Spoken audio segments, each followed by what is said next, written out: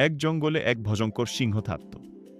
সে খুব শক্তিশালী ছিল এবং প্রতিদিন অনেক প্রাণী শিকার করত।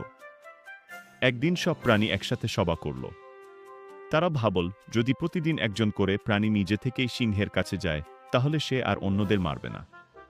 সিংহ রাজি হল। একদিন খরগোশের পালা এলো। খরগোশটি ছিল খুব বুদ্ধিমান। সে ইচ্ছে করেই সিংহের কাছে যেতে অনেক দেরি করল। দেরি দেখে সিংহ খুব রেগে গেল। সে গর্জে উঠল, এত দেরি কেন? খরগোশ বলল, মহারাজ, পথে আরেকটা সিংহ আমাকে আটকেছিল। এ কথা শুনে সিংহ ভীষণ রেগে গেল। সে বলল, আমাকে সেই সিংহের কাছে নিয়ে চলো। খরগোশ তাকে একটি গভীর কুয়ার কাছে নিয়ে গেল। কুয়ার পানিতে সিংহ নিজেরই প্রতিচ্ছবি দেখল।